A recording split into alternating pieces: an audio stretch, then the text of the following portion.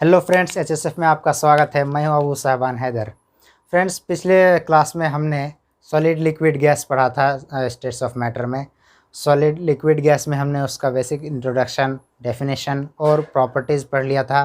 तो जो कुछ हमने पिछले लेक्चर में पढ़ा था उसको आज हम एक चार्ट के थ्रू देख लेंगे। Comparative study of states of matter. देखिए, जो जहाँ पे क्लासिफिकेशन होता है, कंपैरेटिव स्टडी होता है, वहाँ याद रखने के लिए दो चीज़ें महत्वपूर्ण होती है। एक तो ये कि किस बेसिस पे क्लासिफाई किया गया है, किस बेसिस पे जो है इसमें वेरिएशन आता है, वेरिएशन का रीज़न क्या है वो जानना। फिर उसके जो प्रॉपर्टीज़ है उसके साथ उसको रिलेट करना। और दूसरा कि स्टडी के लिए आसानी के लिए, रिवीजन करने में आसानी के लिए इस तरह का टेबल बना के आप रखा करें, जिससे रिवीजन करने में आसानी होगा, आसानी से याद रहेगा।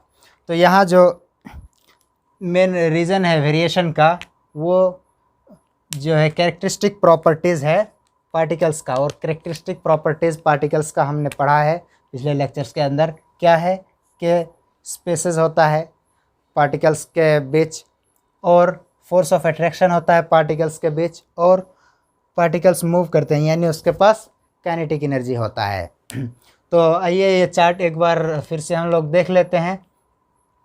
सबसे पहले स्पेसेस बिटवीन पार्टिकल्स जो सॉलिड स्टेट में बहुत कम होता है, लिक्विड स्टेट में उससे ज़्यादा होता है, और गैस में बहुत ज़्यादा होता है।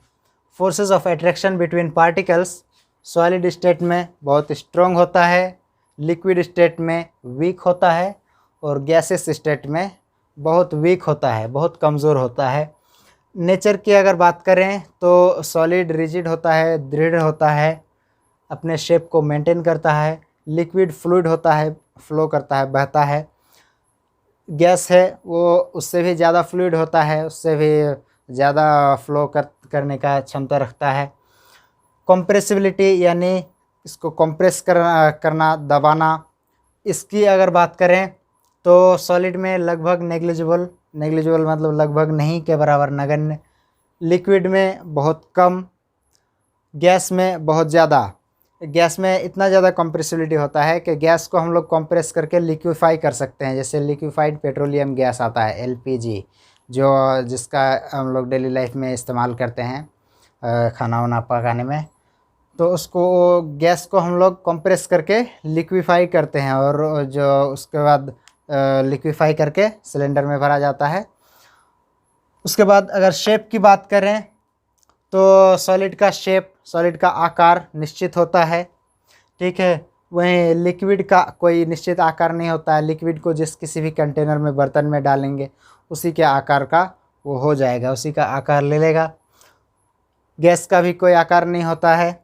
वॉल्यूम की अगर बात करें तो सॉलिड का डेफिनिट वॉल्यूम होता है, लिक्विड का भी डेफिनिट वॉल्यूम होता है। लिक्विड कितना स्पेस ऑक्यूपाई करेगा ये फिक्स होता है। उसको किसी भी कंटेनर में डालिए, स्पेस वो उतना ही ऑक्यूपाई करेगा जितना उसका वॉल्यूम है। गैस का वॉल्यूम फिक्स नहीं होता है, इसका वॉल्यूम भी इनडेफिनिट होता है। गैस को आप जिस भी कंटेनर में रखते हैं पूरा कंटेनर का वॉल्यूम वो ऑक्यूपाई किए रहता है, पूरे कंटेनर का वॉल्यूम वो कवर किए रहता है।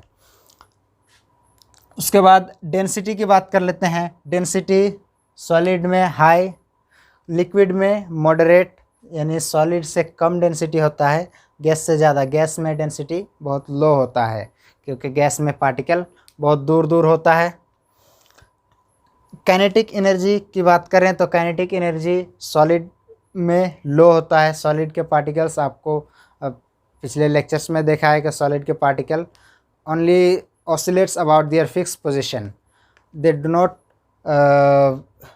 in a movement. They are not in motion.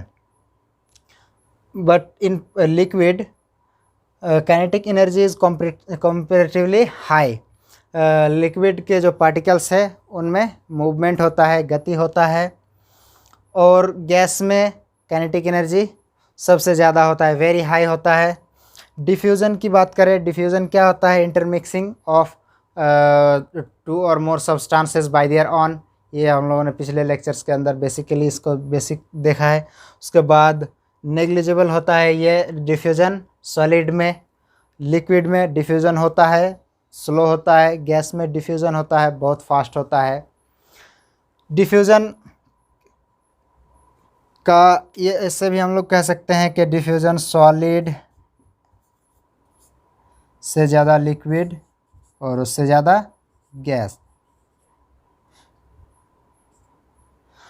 Diffusion के बारे में हमने ये भी देखा था कि डिफ्यूज़न काइनेटिक एनर्जी बढ़ने पर बढ़ जाता है, यानी और काइनेटिक एनर्जी टेम्परेचर बढ़ने पर बढ़ता है, यानी टेम्परेचर बढ़ने पर डिफ्यूज़न बढ़ता है। डिफ्यूज़न इन सॉलिड जो होता है वो बहुत रेयर होता है, लेकिन होता है। इसका एग्जांपल है जैसे चॉक और ब्लैक बोर्ड को ले लीजिए। चॉक से ब्लैक बोर्ड में कुछ लिखिए, फिर उसको हम मिटाते नहीं हैं बहुत दिनों तक। सपोज दैट कि ये एक ब्लैक बोर्ड है, इसमें कुछ लिखे, थोड़े दिन बाद इसको मिटाएंगे तो ये पूरा का पूरा मिटेगा नहीं, चिपका रह जाएगा। इसका मतलब क्या है कि ये जो चॉक के पार्टिकल्स हैं ये ब्लैक बोर्ड के पार्टिकल्स में डिफ्यूज़ कर गए, मिक्स हो गए। लिक्विड में डिफ्यूज़न होता है। लिक्विड में बहुत सारा डिफ्यूज़न का एग्जांपल है, जैसे वाटर में डिफरेंट गैसेस घुले रहते हैं, जिसके वजह से जलीय जंतु को एरोबिक रेस्पिरेशन के लिए ऑक्सीजन वगैरह मिलता है।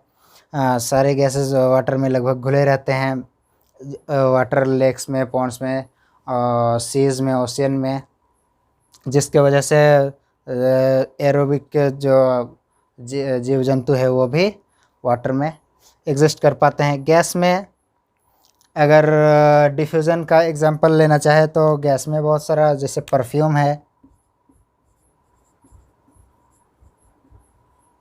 अब जैसे परफ्यूम लगाते हैं, उस परफ्यूम को छोड़ते हैं तो वो एयर में मिक्स हो जाता है और फिर फ्रेगरेंस दूर से ही, स्मेल दूर से ही आता है।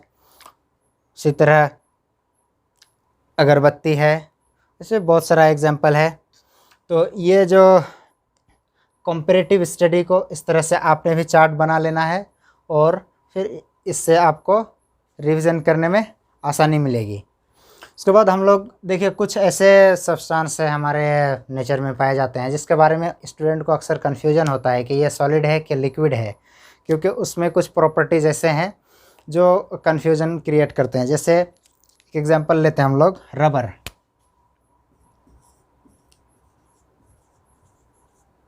रबर में क्या है कि रबर को हम लोग इस फोर्स लगाते हैं तो उसका शेप चेंज हो जाता है।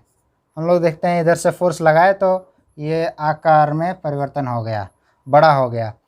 लेकिन ये जो शेप चेंज है ये परमानेंट नहीं है। जब तक फोर्स लगाए रहेंगे तभी तक ये बड़ा रहेगा। फिर हम लोग छोड़ देंगे इसको, फोर्स को हटा लेंगे तो फिर अपने रियल शेप में आ जाएगा। इसका मतलब क्या है कि इसका शेप जो है फिक्स ही होता है, लेकिन फोर्स लगाने पर वो शेप चेंज होता है। और ये जो है सॉलिड ही होता है, इसमें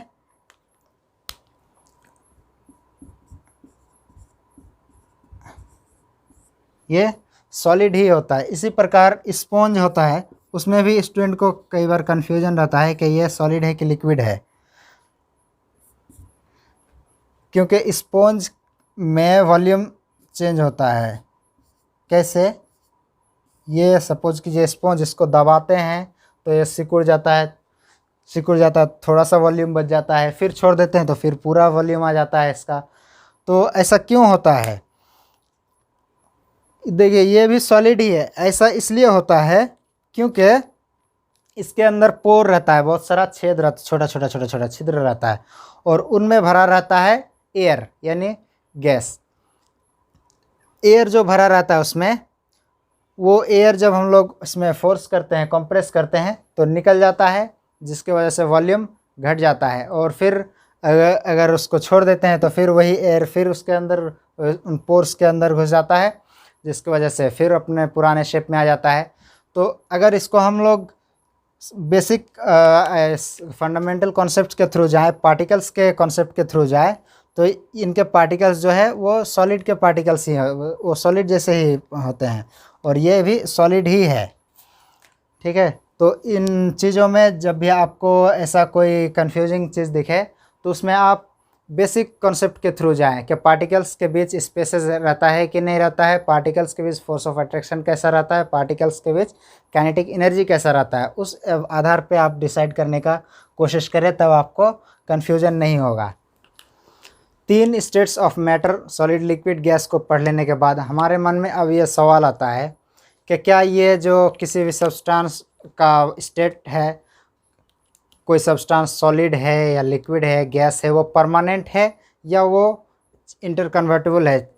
जैसे सॉलिड है तो क्या वो हमेशा सॉलिड ही रहेगा, या लिक्विड भी हो सकता है, गैस भी हो सकता है। तो देखिए जो स्टेट्स ऑफ मैटर है वो चेंजेबल है, वो चेंज हो सकता है। जैसे आप देखते होंगे कि वाटर बर्फ़ में रहता, आइस में रहता है, आइस के रूप में रहता है, फिर ये वाटर लिक्विड के रूप में रहता है, फिर ये वाटर वेपर के रूप में, स्टीम के रूप में रहता है, और ये वेपर गैसियस स्टेट है। ये क्या है, लिक्विड है, और ये क्या है, सॉलिड है। यानी एक ही सब्सटेंस डिफरेंट सर्कमस्टांसेस पे डिफरेंट स्टेट में एग्जिस्ट कर सकता है। तो ये कैसे कर सकता है, क्यों ऐसा होता है, तो इसको ये जानते हैं। देखिए ये सॉलिड का ये हमने पार्टिकल दिखाया हुआ है, ये लिक्विड का लिख भी देते हैं, सॉलिड, लिक्विड, और ये गैस का। सॉलिड में क्या होता है कि क्लोज पैक अरेंजमेंट होता है, जो आप पहले भी देख चुके हैं। लिक्विड में थोड़ा लूज पैक अरेंजमेंट होता है। सॉलिड में क्या होता है कि पार्टिकल्स के पास काइनेटिक एनर्जी बहुत कम होता है। Particles only oscillates about their fix position. Particles have strong force of attraction. और लिक्विड में particles have weak force of attraction, loose pack, loosely pack रहता है। गैस में क्या है, गैस में फोर्स ऑफ अट्रैक्शन नेग्लिजिबल होता है और पैकिंग जो है बहुत लूज रहता है, पार्टिकल बहुत दूर दूर रहता है। तो इसको जो है दो तरीके से स्टेट चेंज किया जा सकता है, दो तरीके से स्टेट चेंज होता है। पहला तरीका ये है कि सपोज कीजिए इस लिक्विड में हम लोगों ने हीट दिया, एनर्जी दिया। हीट क्या है, एक प्रकार का एनर्जी है, हीट एनर्जी। कैसे देते हैं, टेम्परेचर बढ़ा के हीट एनर्जी दिया। अब जब हमने इस पे हीट एनर्जी दिया तो ये हीट एनर्जी दो काम करेगा यहाँ पे आके। पहला काम क्या करेगा कि पार्टिकल्स का काइनेटिक एनर्जी बढ़ाएगा। पार्टिकल्स का काइनेटिक एनर्जी बढ़ने से क्या होगा कि पार्टिकल्स का मूवमेंट बढ़ जाएगा, गति बढ़ जाएगा। दूसरा काम क्या करेगा कि पार्टिकल्स के बीच में जो फोर्स ऑफ अट्रैक्शन है वो फोर्स ऑफ अट्रैक्शन को ब्रेक करेगा। फोर्स ऑफ अट्रैक्शन ब्रेक कर दिया और काइनेटिक एनर्जी भी बढ़ा दिया तो क्या होगा, पार्टिकल्स दूर चले जाएगा, ऑटोमेटिकली दूर दूर जाएगा। अब जब दूर दूर जाएगा और काइनेटिक एनर्जी भी बढ़ गया, मूवमेंट भी बढ़ गया, तो क्या हो गया, ये लिक्विड से गैस में कन्वर्ट हो गया ना, स्टेट चेंज। उसी प्रकार जैसे ये गैस है, एक और तरीका बता रहे हैं। जैसे ये गैस है, गैस में पार्टिकल बहुत दूर दूर है, क्या किए, इसको कंटेनर में बंद करके यहाँ एक पिस्टन लगा दिए और ऊपर से इसको कंप्रेस करेंगे, ऊपर से प्रेशर डालेंगे और पार्टिकल को ऐसे कंप्रेस करके करके करके करके जितना पार्टिकल है उसको इतना में लाके सबको रख देंगे।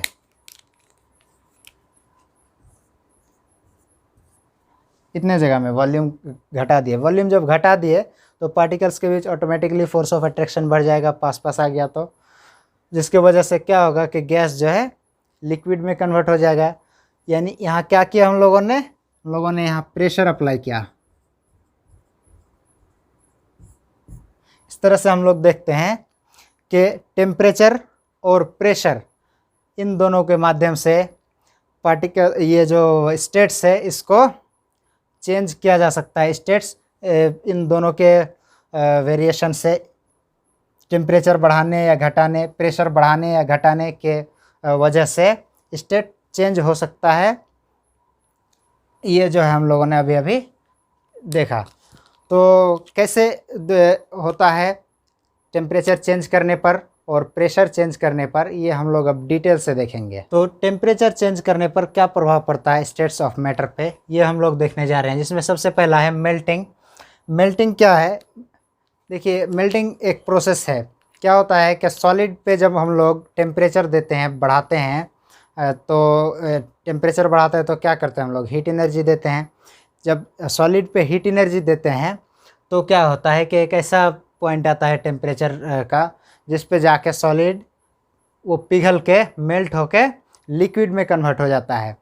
और जो लिक्विड में कन्वर्ट होने का ये प्रोसेस है, इसको हम लोग कहते हैं मेल्टिंग। तो डेफिनेशन भी लिखते चलें, the process in which solid changes into liquid by heating, heat करने पर। ये क्या हो गया? मेल्टिंग। अच्छा, जिस पर्टिकुलर टेम्परेचर पे कोई पर्टिकुलर सब्सटेंस मेल्ट करता है एटमॉस्फेरिक प्रेशर में, उस पर्टिकुलर टेम्परेचर को उस पर्टिकुलर सब्सटेंस के लिए मेल्टिंग पॉइंट कहा जाता है। जैसे सपोज कीजिए हमने ले लिया वाटर को, तो वाटर जिस पर्टिकुलर टेम्परेचर पे जाके मेल्ट होगा, आइस से लिक्विड वाटर में कन्वर्ट होगा, उस टेम्परेचर को हम लोग क्या कहेंगे? वाटर का मेल्टिंग पॉइंट। तो इसके लिए एक कंपलसरी ये है एटमॉस्फेरिक प्रेशर पे। प्रेशर भी इम्पॉर्टेंट है। देखिए, हम लोग इसको ले रहे हैं एटमॉस्फेरिक प्रेशर पे। At atmospheric pressure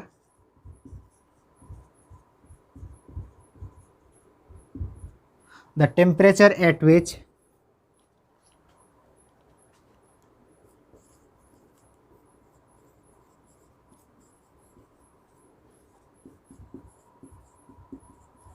solid convert into liquid is called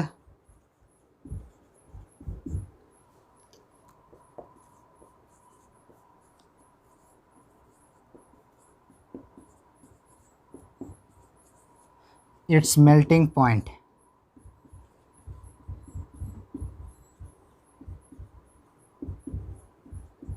melting point her substance का अलग अलग होता है।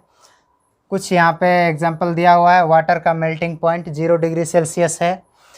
वैक्स यानी मोम का मेल्टिंग पॉइंट 63 डिग्री सेल्सियस है।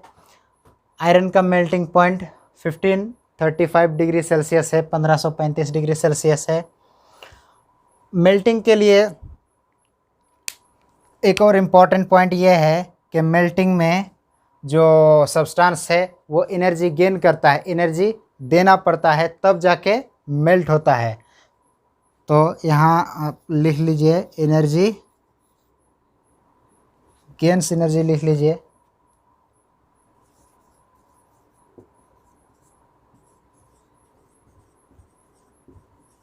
सब्सटेंस एनर्जी गेन करता है, उसके बाद वो लिक्विड में चेंज होता है।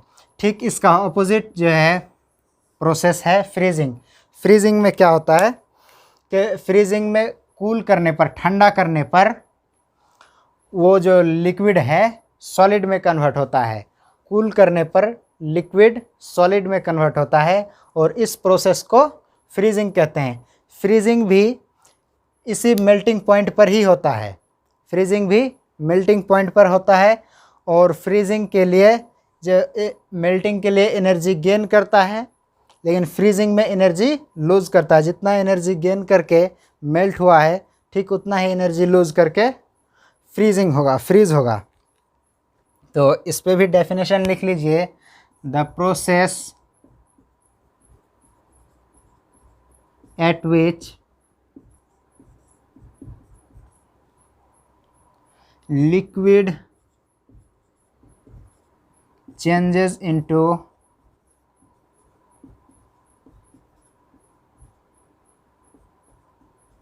Solid bye cooling. जो फ्रीजिंग है ये भी मेल्टिंग पॉइंट पर ही होता है, और फ्रीजिंग में एनर्जी लूज एनर्जी कर दिए।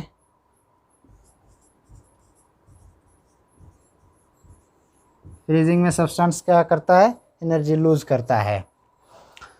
उसके बाद आता है हमारा वेपराइजेशन या बॉइलिंग।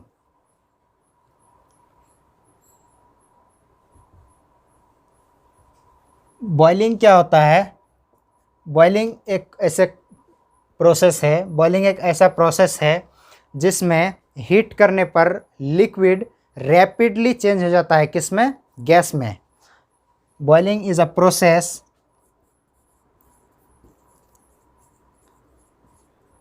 इन विच लिक्विड रैपिडली यानी फटाफट से changes into gas by heating.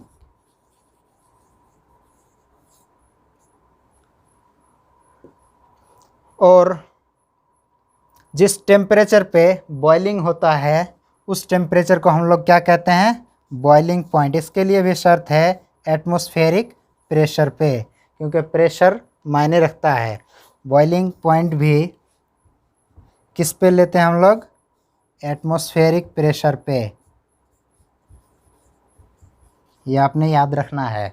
Atmospheric pressure पे यानी हमारे वातावरण में एटमॉस्फेरिक प्रेशर बेसिकली एयर का प्रेशर होता है सी लेवल पे यानी समुद्र तल पे। तो हम लोग पृथ्वी पर भी एटमॉस्फेरिक प्रेशर को ही लेकर चलते हैं। तो हमारे पृथ्वी पर जो कोई भी चीज़ जिस टेम्परेचर पे बॉयल होता है उसको हम लोग कहते हैं बॉइलिंग पॉइंट। और इस प्रोसेस को हम लोग क्या कहते हैं? बॉइलिंग। बॉइलिंग को वेपराइजेशन भी कहा जाता है, वेपोराइजेशन। हिंदी में वाष्पन कहते हैं। कुछ चीज़ों जैसे वाटर का बॉइलिंग पॉइंट है 100 डिग्री सेल्सियस, अल्कोहल का 78 डिग्री सेल्सियस, मरकरी का 357 degree Celsius.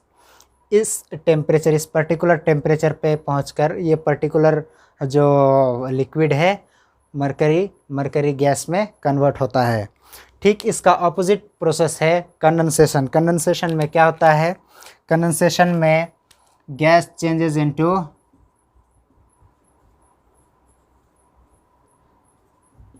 Liquid bye cooling, और ये भी बॉइलिंग पॉइंट पर ही होता है।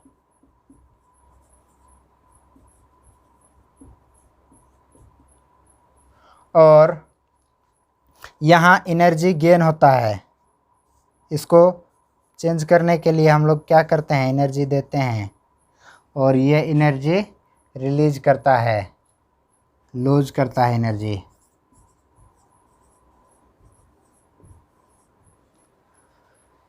तो हमने इफ़ेक्ट ऑफ टेम्परेचर चेंज में 4 प्रोसेस है।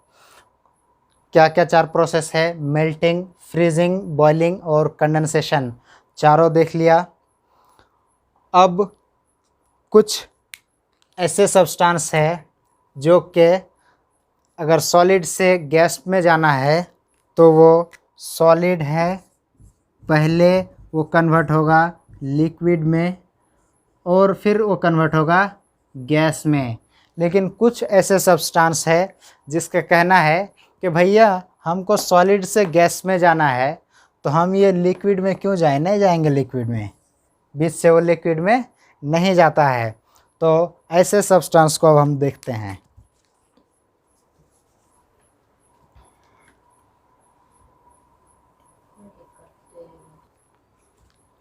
तो ये जो कुछ सब्सटेंस है जिनका कहना है कि वो सॉलिड से सीधे गैस में जाएगा, लिक्विड में नहीं जाएगा, और फिर गैस से सीधे सॉलिड में आएगा।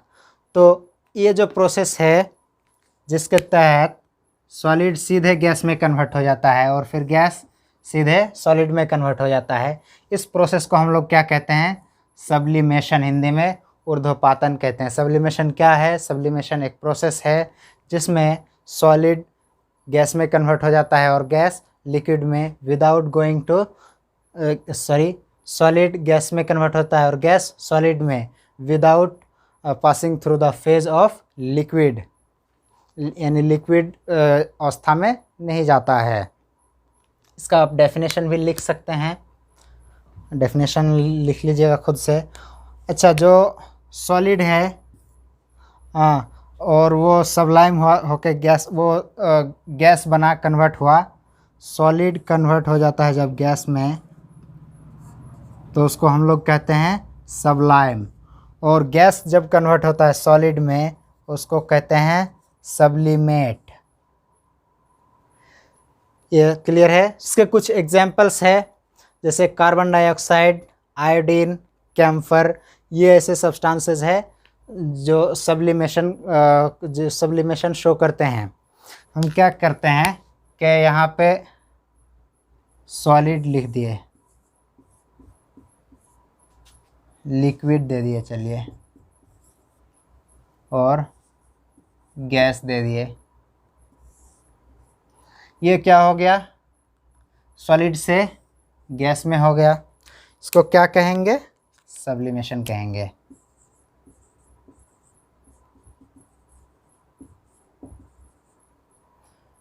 फिर ये इसको भी क्या कहेंगे? सेम। ये जो सॉलिड से गया लिक्विड में,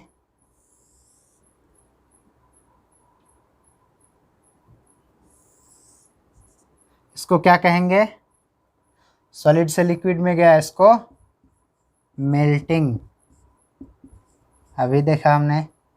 फिर लिक्विड से सॉलिड में आया, इसको क्या कहेंगे? Freezing.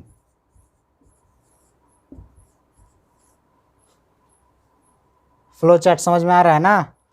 Melting, solid to liquid, liquid to solid freezing, solid to gas sublimation, gas to solid sublimation, फिर लिक्विड टू गैस, ये क्या है? वेपराइजेशन या बॉइलिंग।